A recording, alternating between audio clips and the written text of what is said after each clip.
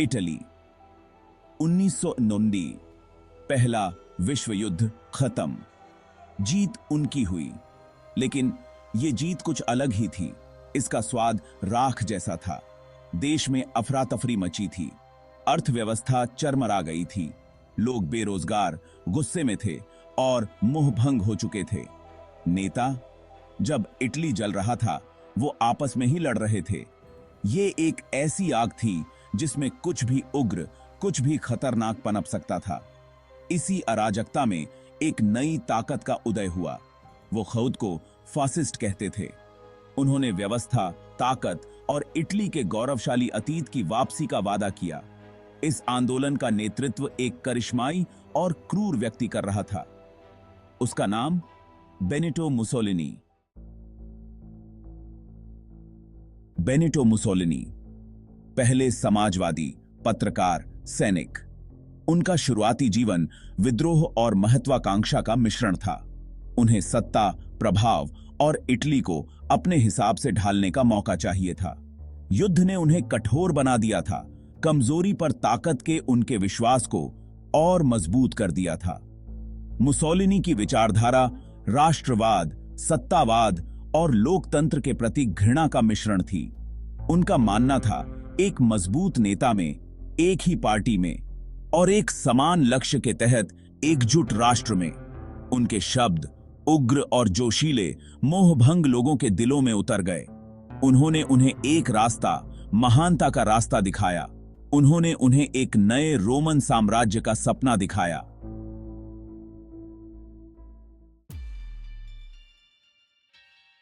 Mussolini के समर्थक, जो काली कमीज पहनते थे, सड़कों पर एक जाना पहचाना नजारा बन गए थे।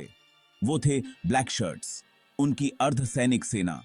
उन्होंने विरोधियों को डराया, सभाओं को बाधित किया और भय और अशांति का माहौल बनाया।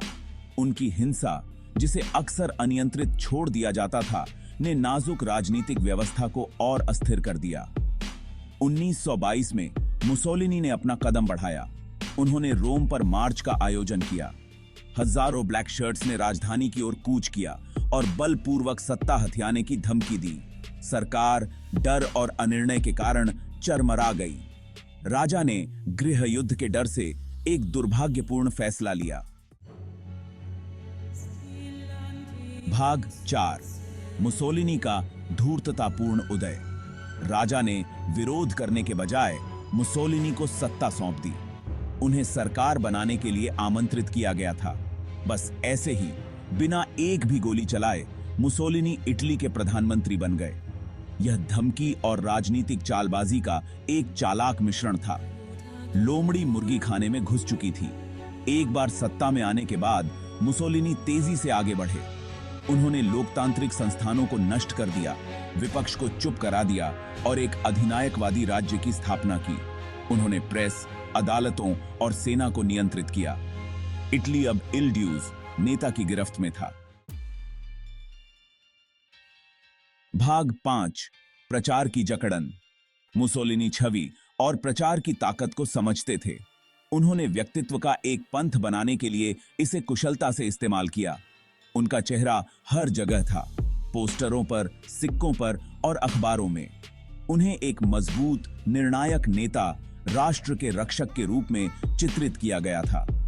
स्कूलों और विश्वविद्यालयों में फांसीवादी विचारधारा का प्रचार किया जाता था।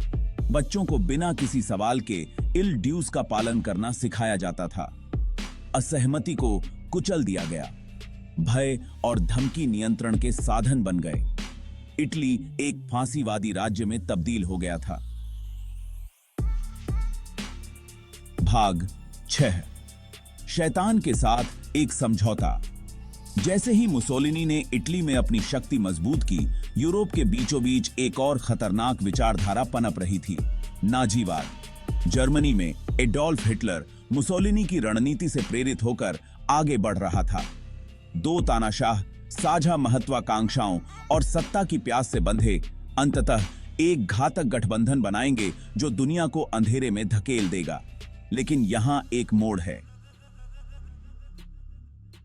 क्या आप जानते हैं कि फांसीवाद अपनाने से पहले बेनिटो मुसोलिनी एक कट्टर समाजवादी थे?